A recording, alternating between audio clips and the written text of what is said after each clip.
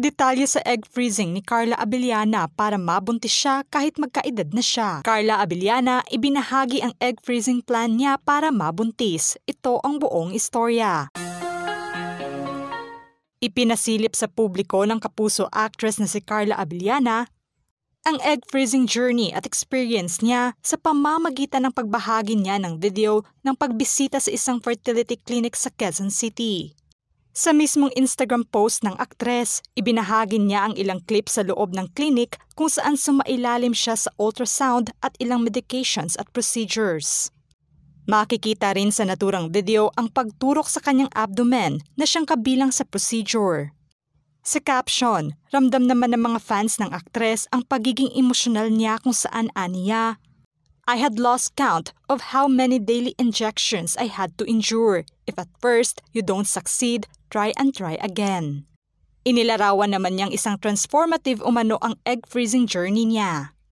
Pinag-aralan umano niya ng mabuti ang tungkol dito, maging ang paghahanda sa kanyang emotional state at ang suporta ng kanyang pamilya. Sa bandang huli ng video, inamin niya na may susunod pa na round ng injections at medications bago siya makabalik sa klinik na tatagal ng 3 hanggang 4 na buwan na gamutan. Ayon sa research, ang egg freezing ay isang paraan ng pag-preserve ng mga unfertilized egg ng mga babae na siyang kinokolekta at dumadaan sa frozen process, na siyang ginagamit kalaunan sa ilang fertility treatments tulad ng in vitro fertilization o mas kilala sa tawag na IVF. Ang paraan ding ito ay malaking tulong para nasa mga kababaihang mayroon ng pagbaba sa bilang ng mga itlog. Ang egg freezing ay isang malaking risgo rin para sa mga kababaihang hirap mabuntis at magkaanak dahil kailangan nga nilang dumaan sa ilang medical procedures at medications. Ayon kay Carla, ang egg freezing journey umano niya ngayon ay dumaan muna sa ilang konsultasyon galing sa kanyang mga doktor. Maayos na ipinaliwanag umano sa kanya ng mga doktor ang tungkol dito. Nasiyahan naman siya dahil mas lalo niyang naintindihan ang tungkol sa egg freezing dahil nasa pagiging professional din ng mga napili niyang doktor. Naaayon din sa aktres ang prosesong ito upang mapanatili pa rin ang fertility ng isang babae lalo na kung may mga health conditions ito na nakakaapekto sa hormonal imbalance. Alam naman ng karamihan na bukas na inamin ni Carla noon na mayroon siyang hypothyroidism. Ilang taon na rin daw niya itong iniinda. Ibinulgar rin niya na ito umano ang dahilan kung bakit mabilis ang pagtaas ng kanyang timbang. Kahit pa manasakto ang kanyang diet at exercise, isa rin ang kondisyon niyang ito sa nagpahirap na mabuntis siya.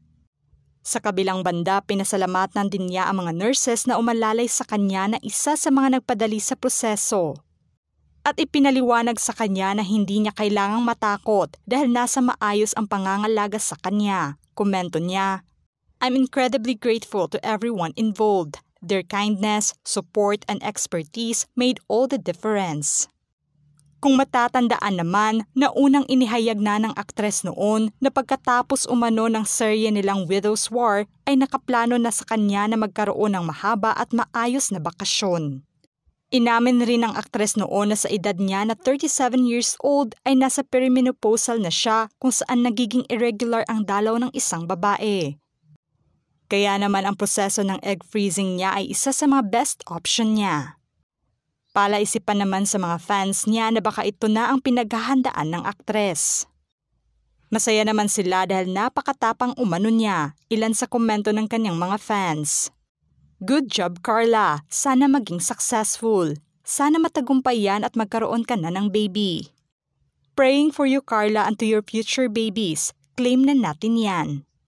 Kung babalikan naman, bago ang hiwalayan nila ng kanyang asawang si Tom Rodriguez, taong 2021 nang inamin nilang gusto na kaagad nilang magkaanak matapos ikasal. Gusto rin sana nilang baby boy ang magiging anak nila.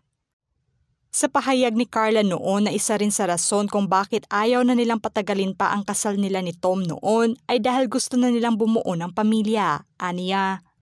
Isa rin yun of course na reasons talaga kung bakit gusto na rin naming magpakasal. Malaking palaisipan sa mga netizens na mataas rin ang posibilidad na isa ang baby problem sa mga rason ng kanilang hiwalayan. Taong 2021 nang magpalitan ng ex-couple ng Aidu matapos ang 7 taon na relasyon at pagkalipas ng 3 buwan lamang ay naghiwalay sila. Marami ang nalungkot sa balitang ito dahil kung kailan pa sila ikinasal ay doon pa sila tuluyang naghiwalay. Inilahad naman kalaunan ng aktres na marami umano ang rason kung bakit sila naghiwalay at ayaw na niya itong idetalye pa.